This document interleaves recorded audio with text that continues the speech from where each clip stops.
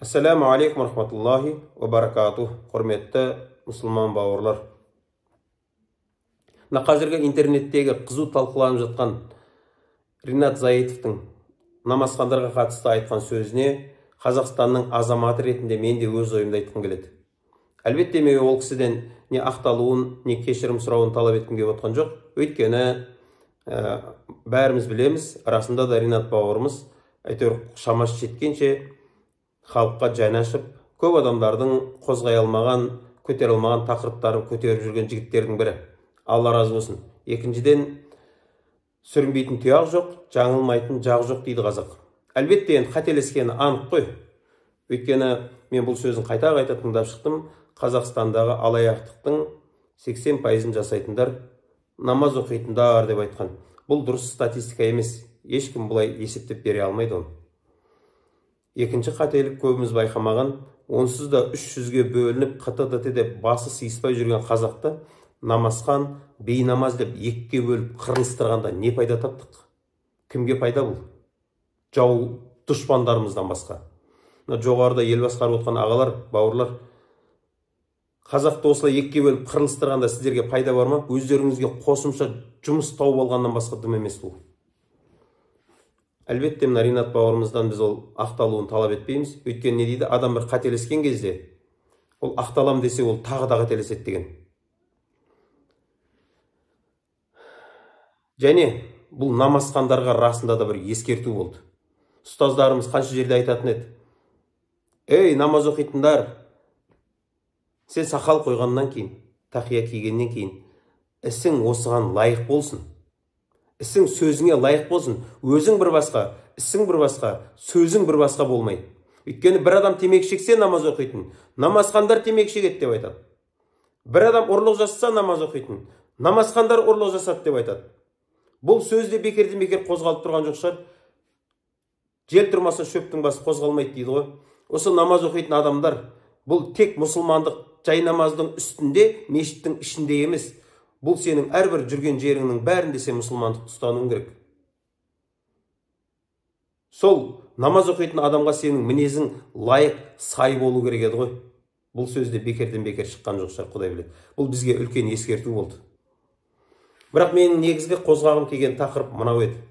Осы интернеттегі мынау бірін-бірімен қырылып жатқан жаңағы қазақтар деп айтпаймыз уже. Намазхандар мен бейнамаздар деп айтатын болдық қой.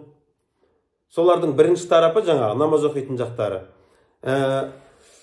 Мен бір жаққа бұрып жатқан жоқпын. Екі жақтаман тең айтқым келіп тұрды. Имамдарымыз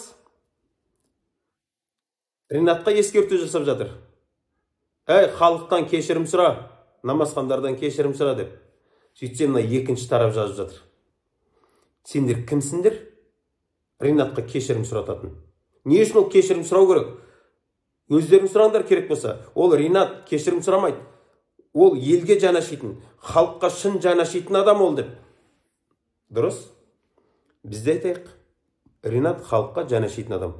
Бірақ біздің қазақта, не болмаса біздің елдің конституциясында заң бар ма? Халыққа жаны ашитын адам, елге қызмет қылатын адам қателессе, оның қателігін оған айтпаңдар, оны ескертуге болмайды деген заң бар ма? Өзі осындай аурудан құтыла алмай келе жатқан қауым емеспіз бе біз? Небір атақтылардың, небір адамдардың бала шағалары біреуді қағып кетсе, қағылған, өліп қалған кінәлі болады. Қылмыс жасаса, сотталмай шығып кетеді. Қызылға өтіп кетсе, светофор кінәлі болып шығады.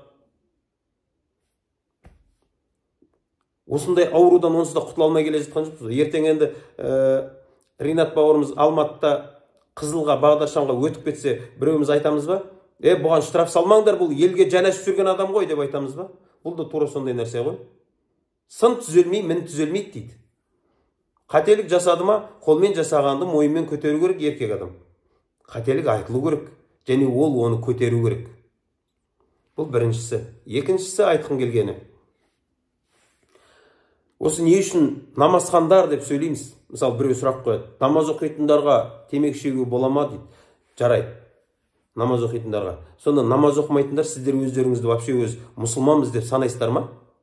Бұл сұрақ не үшін? Жалпы мұсылманға шегуге бола ма, болмай ма деген сұрақ болу керек еді ғой. Тура сол сияқты қазір елдегі намазхандар қылмыс жасайды деп, қазақтар қылмыс жасайды деп айтсақ дұрыс болады. Намаз оқитының да оқымайтының да бәрі қылмыс жасап жатыр ғой. Бірақ бір базарда 1000 адам жұмыс жасайды. 500-і намазхан, 500-і бейнамаз. Бәрі қылмыс жасайды. Бірақ адамдар намазхандар қылмыс жасайды деп айтады. Қазақтар қылмыс жасайды. Ал енді намаз оқып жүрген адам, қараңызшы, қылмыс жасаса, сонда намаз кінәлі ма? Намаз соларды қылмыс жасауға бұйырып жатыр ма? Олар сол намаз оқығаны үшін қылмыс жасап жатыр ма? Бұл тақырыпты не үшін осы тілге тиек етіп осыны қозғадыңыздар? Намазхан деген сөзді, жалпы қазақтар дегеннің ішіне намазхандар деген сөзді не үшін қосасыздар тағы да? Енді сіздерге сұрақ қойайыншы. Осы намазхандар деп сөйлейтіндер, еліміздегі мешіттің бәрін жабайық та, намаз оқитындардың бәрін намазын тоқтатайық. Қылмыс тоқтай ма елде? Қылмыс 80%-ға азая ма сонда? Одан да анау көгілдірлермен, ЛГБТ-лармен, лесбиянкілермен, органын ауыстыратындармен, елдегі не бір дінсіздермен айналыспаймыз ба одан да? Одан да шынымен қатты айналысымыз келсе, лохотрондармен айналысайық та, қанша адамдар сол лохотрондарға бүкіл ақшаларын беріп, өздеріне өздері қол жұмсап өліп кетіп жатқан жоқ па? Қанша отбасы ата-аналарын қақсатып жатқан жігіттер бар, сол лохотронға ақшаларын беріп. Одан да сол лохотрондарды, құмар ойындарын жаппаймыз ба? Мешіттен Алланың дініне тиісіп бастағаннан гөрі сол анау адамға пайдасы жоқ нәрселерден бастамаймыз ба одан да? Соңғы айтарым бауырлар, бұл намаз Құдайдың бізге парыз еткен нәрсесі. Басқамен ойнасақ та намазбен ойнап, Құдайдың бізге парыз еткен, Құдайдың дінімен ойнап жағымыз қарысып қалмасын. Алла разы болсын баршаларыңыз.